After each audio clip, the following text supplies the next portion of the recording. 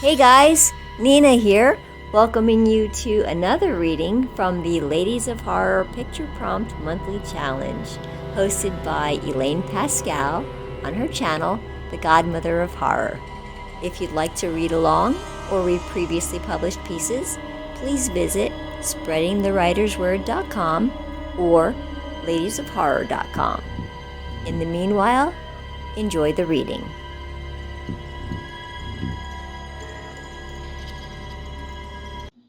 Facing the Fire by Kim Richards. Johnny jumped off the fire truck as it slowed to a stop.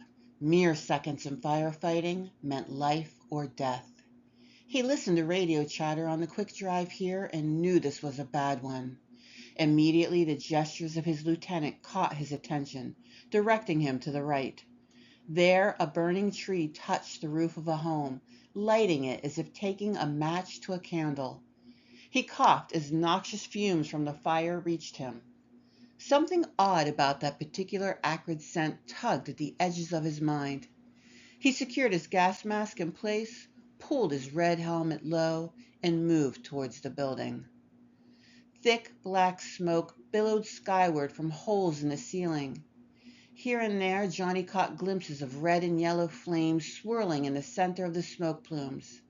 This was a bad one. He felt blistering heat despite his heavy gear.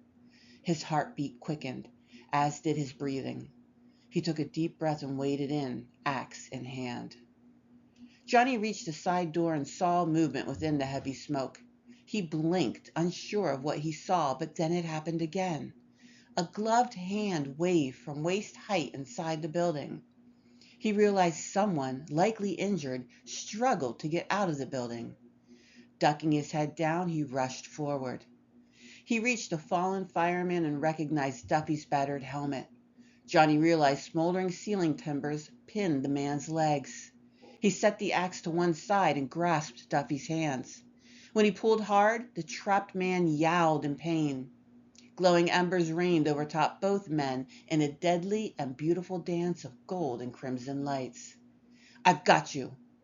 Unwilling to let go, Johnny planted his heels and leaned his body weight back to aid his strength in another attempt to pull Duffy from the burning wood. He grunted with the effort, while the other man grit his teeth. With still no luck, Johnny released Duffy's hand and retrieved his axe. He raised it above his head and then paused. Eyes of fire blinked. Deep laughter rumbled from inside the flickering flames above. Dark smoke swirled around like hellish breath. "What the?" Johnny turned to Duffy. "Is someone back there?" "Not anymore," came the hoarse reply. After chopping at the wood near Duffy's legs with little progress, Johnny reaffirmed his grip on Duffy's gloved hands. He renewed his efforts to pull him from the flaming wreckage. With one great yank, he fell backwards. He managed to scoot the other man a few inches.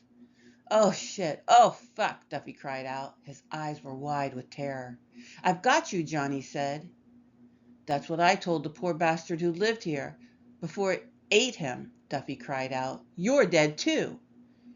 Must be those flames, Johnny thought. He pulled all the harder, inching the two of them across to the doorway. Just then, an enormous flame belched forth from the open doorway, washing over the two men in a brilliant and searing flash. Duffy screamed as he turned into a bubbling, cowering mass of flesh. The last thing Johnny saw was a pair of angry eyes bearing down on them. And then he was gone.